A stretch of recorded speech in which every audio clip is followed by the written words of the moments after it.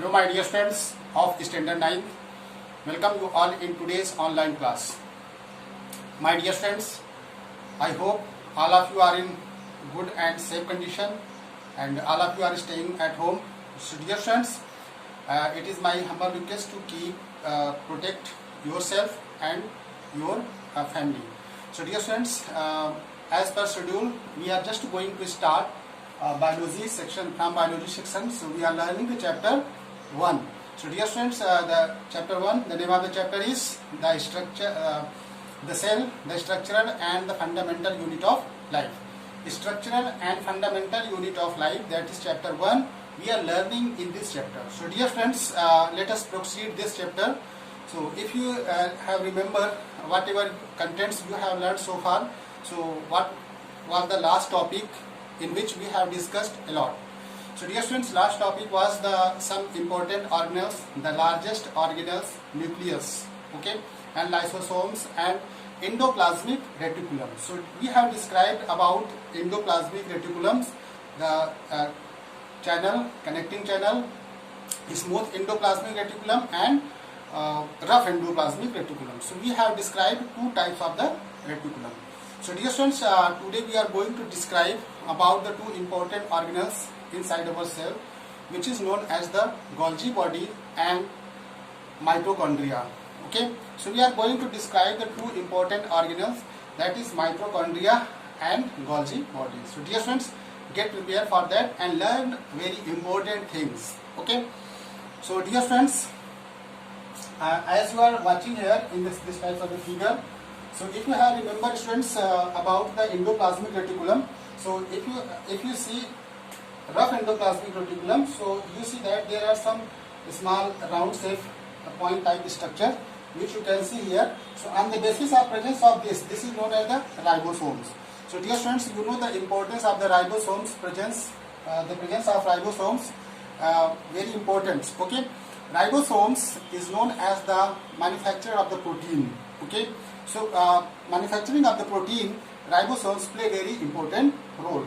So dear friends, as you know that this is the rough endoplasmic reticulum, and if we the entire talk about the endoplasmic reticulum system, so endoplasmic reticulum system में आपने देखा है कि ribosomes की presence के basis पे इसको आपको रफ एंडोप्लाज्मिक रेटिकुलम बोल दिया गया है, क्योंकि इसमें राइबोसोम्स प्रेजेंट हैं इसके ऊपर ग्रेन्यूल्स में, ठीक है। तो इसको स्ट्रक्चर से देखा गया है, तो इसको बोला गया है कि रफ एंडोप्लाज्मिक रेटिकुलम है, और स्मूथ एंडोप्लाज्मिक रेटिकुलम की बात मैं नहीं करता।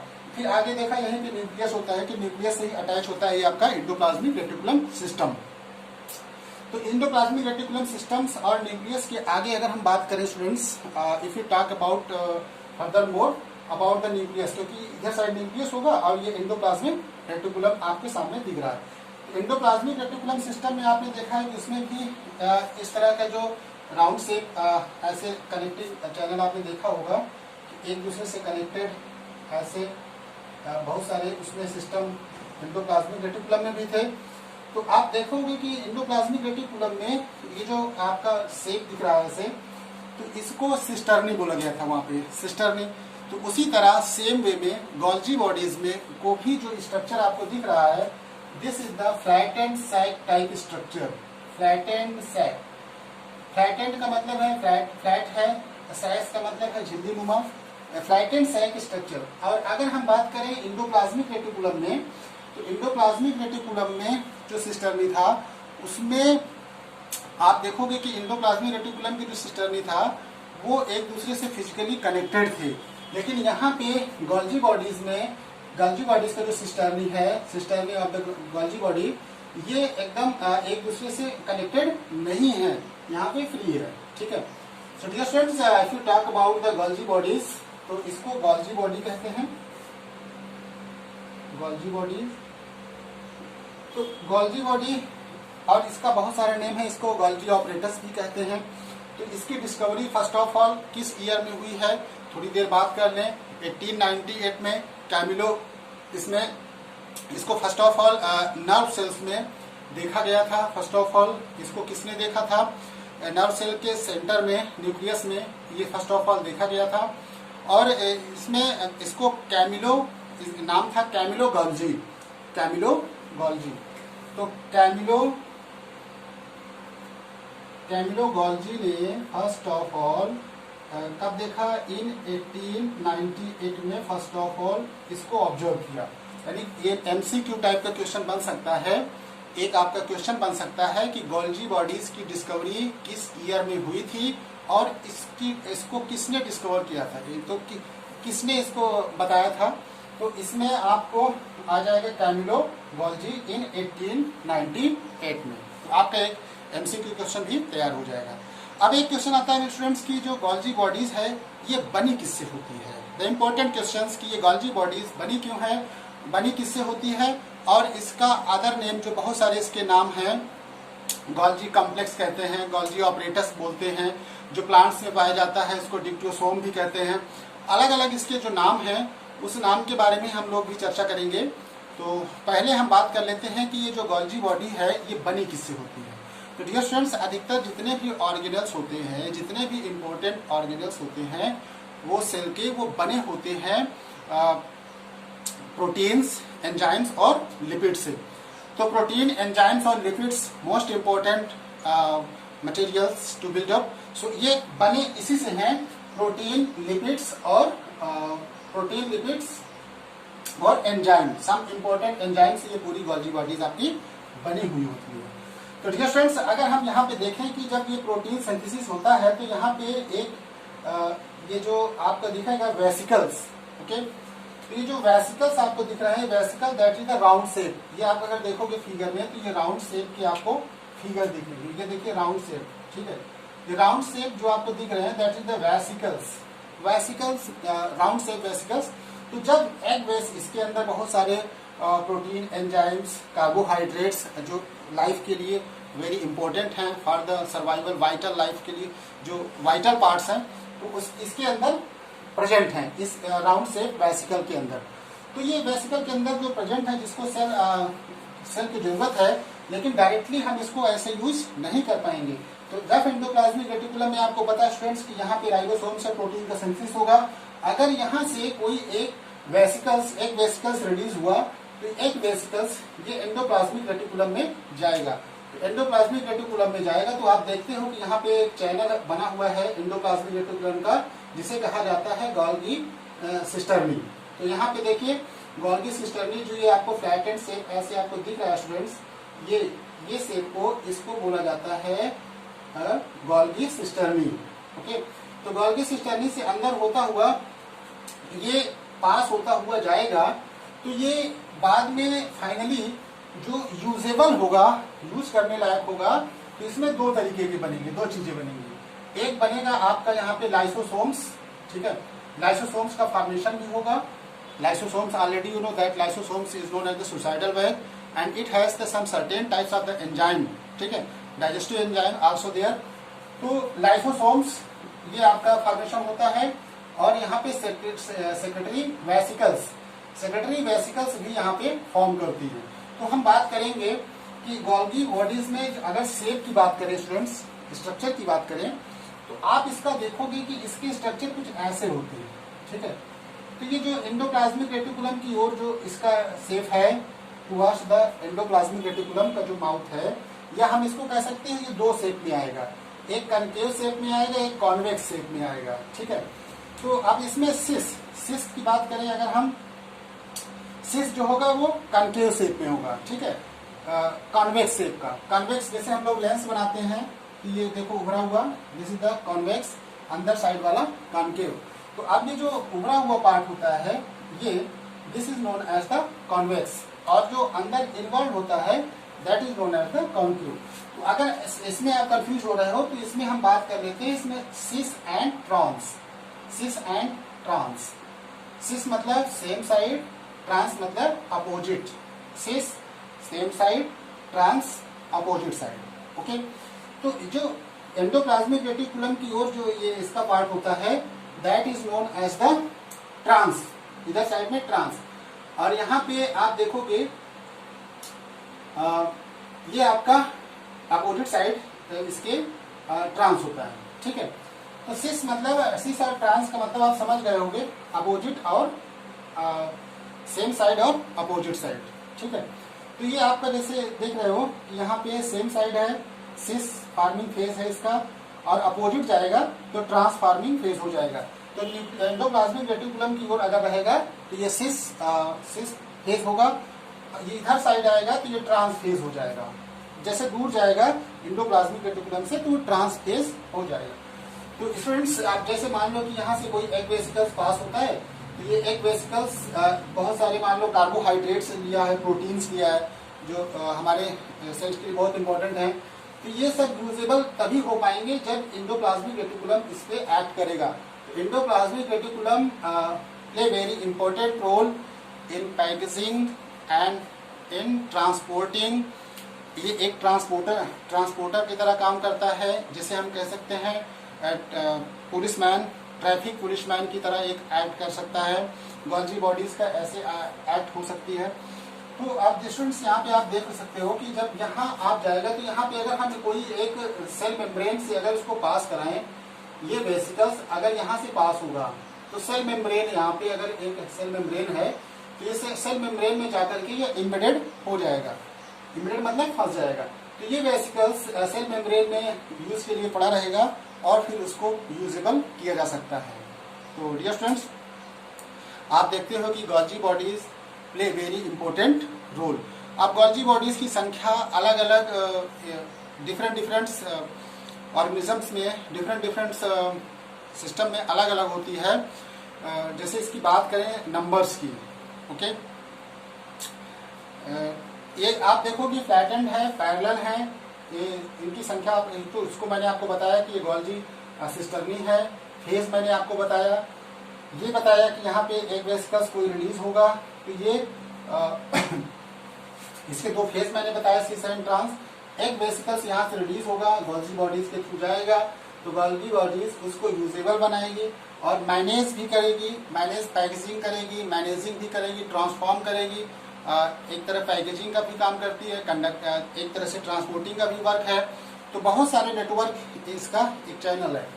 तो dear students I hope all of you have understood the Golgi bodies.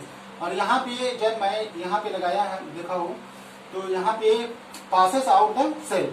तो जब ये सेल के पासेज आउट होगा, यहाँ पे देखोगे कि ये जब जाएगा सेल मेम्ब्रेन, अगर यहाँ पे आपके बुक में फिगर दिया गया है कि अगर हम मानते हैं कि सेल मेम्ब्रेन है, ठीक है, तो सेल मेम्ब्रेन में जाकर के ये इम्बेडेड हो जाएगा। तो गोल्जी बॉडीज का ये पूरा फंक्शन है students, and this is the figure representing. ये पैरेलल अटैच होते हैं, फ्लैटेंड साइड्स टाइप से स्ट्रक्चर होते हैं। एंडोप्लाज्मिक रेटिकुलम की ओर इनका माउथ जो होगा वो सिस होगा, अपोजिट साइड जो होगा वो ट्रांस होगा। और यहाँ पे फॉर्मेटिव सिस जो है, सिस इसको फार्मिंग फेज भी कहते हैं। कि फार्मिंग फेज क्यों? क्योंकि एक वेसिकल्स इसी यहाँ से रिलीज होंगे, ठीक है, यहीं से निकलेंगे और निकल के जाएंगे तो ये गोल्जी बॉडीज के थ्रू सेल में पहुंचेंगे। तो dear students this is the function of the Golgi bodies. अब इसकी नाम की बात करें तो इसके अलग अलग नाम से लोग जानते हैं। अगर मैं बात करूं, इसको गोल्जी ऑपरेटर्स भी कहते हैं। It is known as the Golgi operators. तो गोल्जी ऑपरेटर्स इसको क्यों कहते हैं स्टूडेंट्स? ऑपरेटर्स से तो आपको पता ही है कि ऑपरेटर्स कोई equipments, scientific equipments, operators that you use. तो गोल्जी ऑपरेटर्स इसको क्यों कहा जाता है? क्वेश्चन।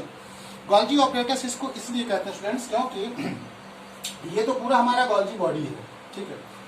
अब वेसिकल के साथ अगर वेसिकल को इंक्लूड कर लेंगे, ये जो वेसिकल देख रहे हो राउंड शेप में, अगर वेसिकल और ये पूरा नेटवर्क, इसको पूरा अगर मैं कनेक्ट कर दूं एक साथ, तो ये पूरा हमारा गोल्जी ऑपरेटर्स कहलाएगा। जैसे कंप्यूटर है, computer is the combination of the components. अगर एक कंपोनेंट्स को हटा दें तो वो कंप्यूटर काम करना बंद कर देगा। जैसे सीपीयू को हटा दें तो कंप्यूटर काम नहीं करता है।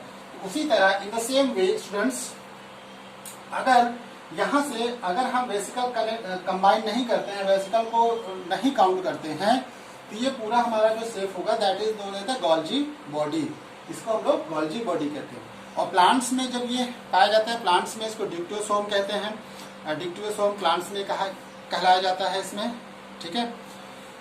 तो डियर स्टूडेंट्स, अब जब ये वाला जो फेज है लास्ट में मैच्योरिंग फेज होगा, और ये this is the farming phase, क्योंकि यहाँ से बन के जा रहा है और ये मैच्योर हो जाएगा। क्योंकि गोल्जी बॉडीज में ये जो सेल वेसिकल रिलीज हुआ है that is the maturing phase. तो ये मैच्योरिंग फेज में आकर के सेक्रेटरी वेसिकल बनाएगा ये secretary vesicles that is the ये सेक्रेटरी वेसिकल्स डिस्पैच होंगे, पैकेजिंग भी होगा और इसको ट्रांसफॉर्म करेंगे वेरियस पार्ट में, और ये लाइसोसोम्स भी जनरेट होगा जो कि सेल में जाकर के इम्बेडेड होगा। स्टूडेंट्स, इम्बेडेड मतलब फंस जाएगा। तो ये तो बात हुई गोल्जी बॉडीज की। गोल्जी कॉम्प्लेक्स मैंने बताया, कॉम्प्लेक्स इसलिए बताया क्योंकि ये एक तरह से जटिल स्ट्रक्चर है और एक पूरा नेटवर्क है, तो इसको गोल्जी कॉम्प्लेक्स भी कहते हैं। गोल्जी ऑपरेटर्स क्यों कहते हैं, मैंने आपको बताया कि इसको गोल्जी ऑपरेटर्स क्यों कहा जाता है स्टूडेंट्स। ये तो बात हुई इसकी। अब इनकी संख्या जो होती है 6 से 8 होती है। इनकी संख्या अलग अलग जगहों में अलग अलग पाई जाती है। जैसे कीट में सिस्टर्नी की संख्या जो होती है 30 तक भी हो सकती है। कीट जैसे कीट होते हैं तो कीट में इनकी जो संख्या होती है वो 30 के आसपास हो सकती है स्टूडेंट्स। तो ये बात हुई पूरी गोल्जी बॉडीज की। अगर इसकी फंक्शन की बात करें, इस गोल्जी बॉडीज की अगर फंक्शन मतलब इम्पोर्टेंट इसका क्या कार्य है, फंक्शन हमारे इसमें क्या रोल है इसका, तो फर्स्ट ऑफ ऑल इसका रोल है ये synthesis of the cell wall. ये सेल वॉल के सिंथेसिस में प्लाज्मा मेम्ब्रेन, लाइसोसोम्स, पॉलीसैकेराइड और ग्लाइकोप्रोटीन। ग्लाइकोप्रोटीन का कैसे सिंथेसिस करता है स्टूडेंट्स, ग्लाइकोप्रोटीन का सिंथेसिस कैसे करता है, तो जैसे मान लो कोई यहाँ से एक सेल्स रिलीज यहाँ से कोई एक वेसिकल्स रिलीज होता है, कोई ये एक वेसिकल है, अगर मान लो इस वेसिकल के अंदर मान लो कि प्रोटीन और कार्बोहाइड्रेट्स है, प्रोटीन प्लस कार्बोहाइड्रेट्स। अब मान लो इनकी संख्या, इनका जो रेशियो है इंक्रीज या डिक्रीज सब्ट्रैक्ट, इसकी जो रेशियो है प्रोटीन और कार्बोहाइड्रेट्स का, ये मान लो फिक्स नहीं है, तो इसको फिक्स भी करती है लास्ट में ये जो जाकर के जाता है वेसिकल्स गोल्जी बॉडीज के थ्रू, तो ये यूजेबल भी होता है और इनकी जो रेशियो है वो भी फिक्स होता है। तो प्रोटीन और कार्बोहाइड्रेट्स का जो एक साथ कॉम्बिनेशन है which is known as the glycoprotein, इसको ग्लाइकोप्रोटीन भी कहा जाता है।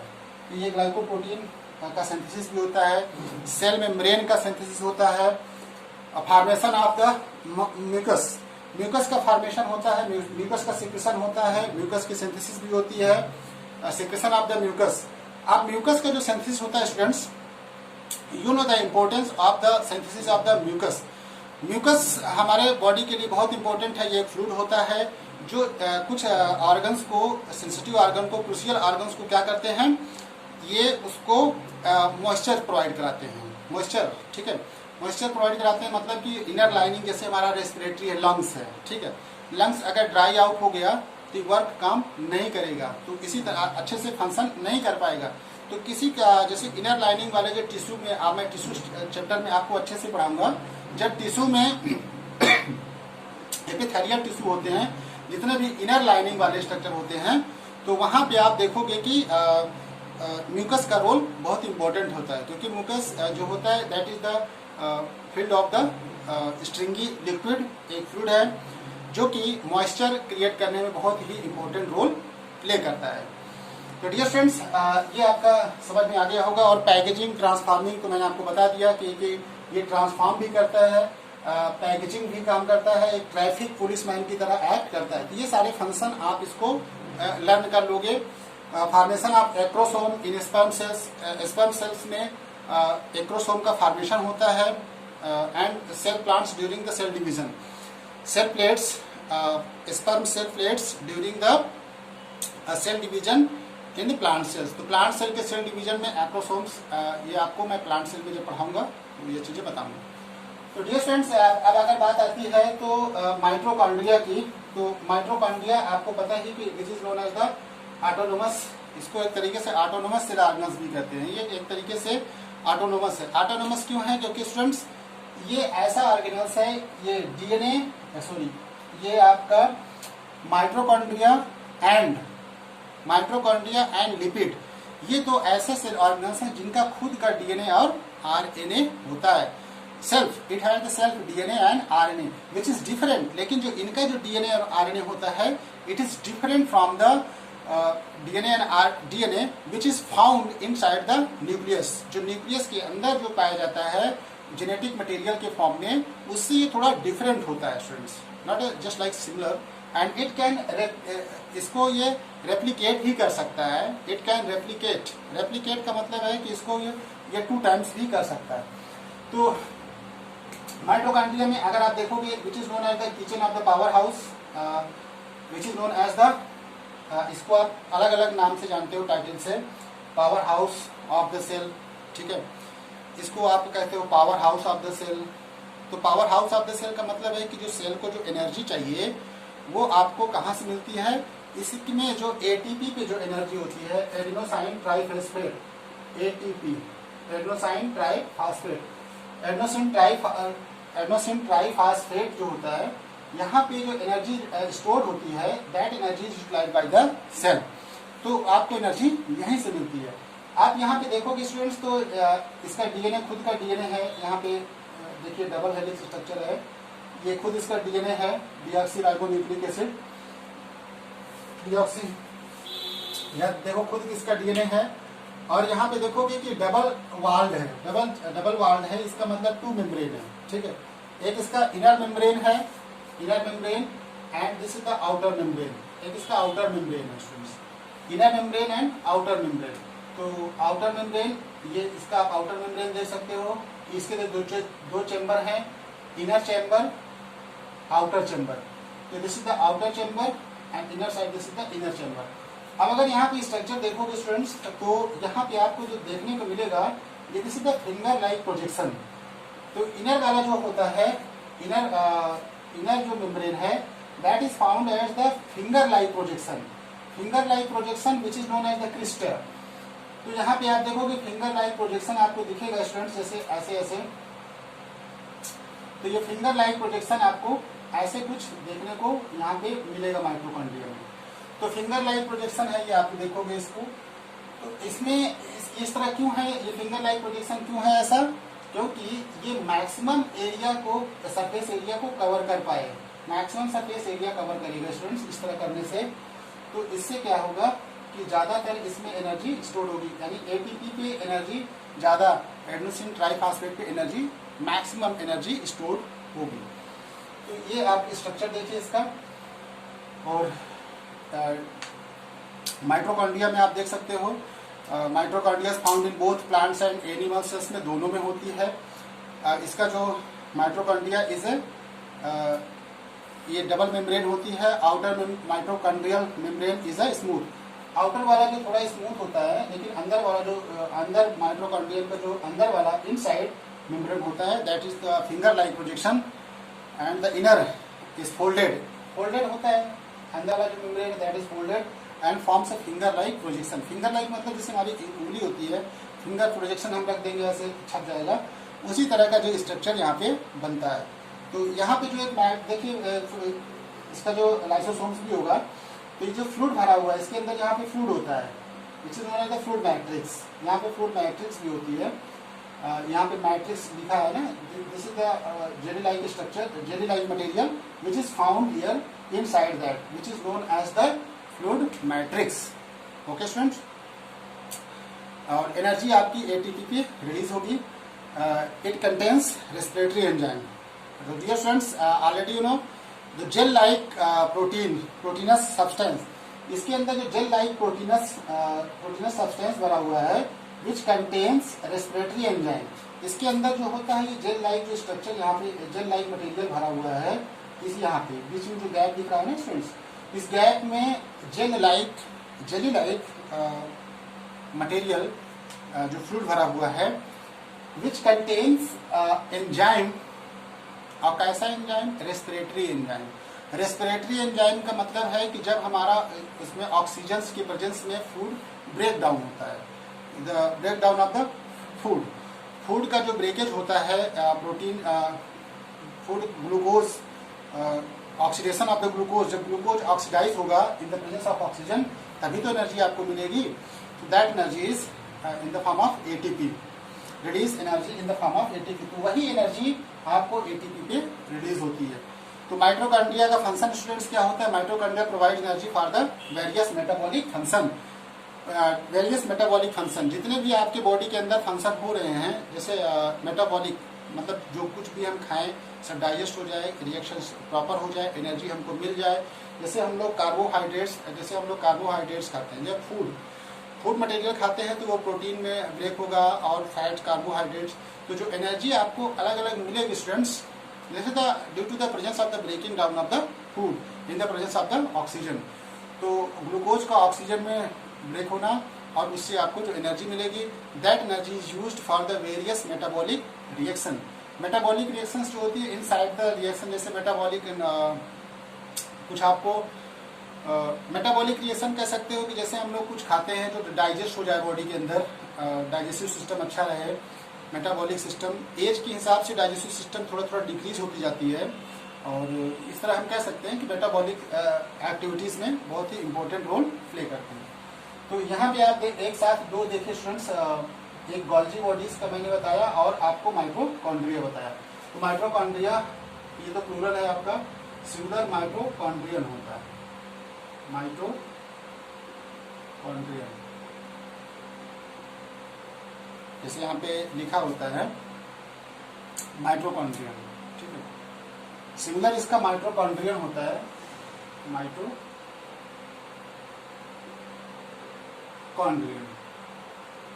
माइटोकॉन्ड्रियन इसका क्या होता है स्टूडेंट्स, सिंगुलर फॉर्म होता है, कहीं कहीं आपको यूज करना होता है ना सिंगुलर और प्लूरल फॉर्म, तो आप कंफ्यूज मत होना। तो आज स्टूडेंट्स हमने दो चीजों में डिस्कस किया, एक गोल्जी बॉडीज में डिस्कस किया और माइटोकॉन्ड्रिया को डिस्क्राइब किया।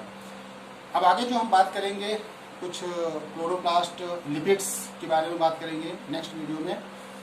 तो students, I hope all of you have understood the concepts clearly and properly. Thank you students for watching today's video, and a lot of thanks for watching today's video.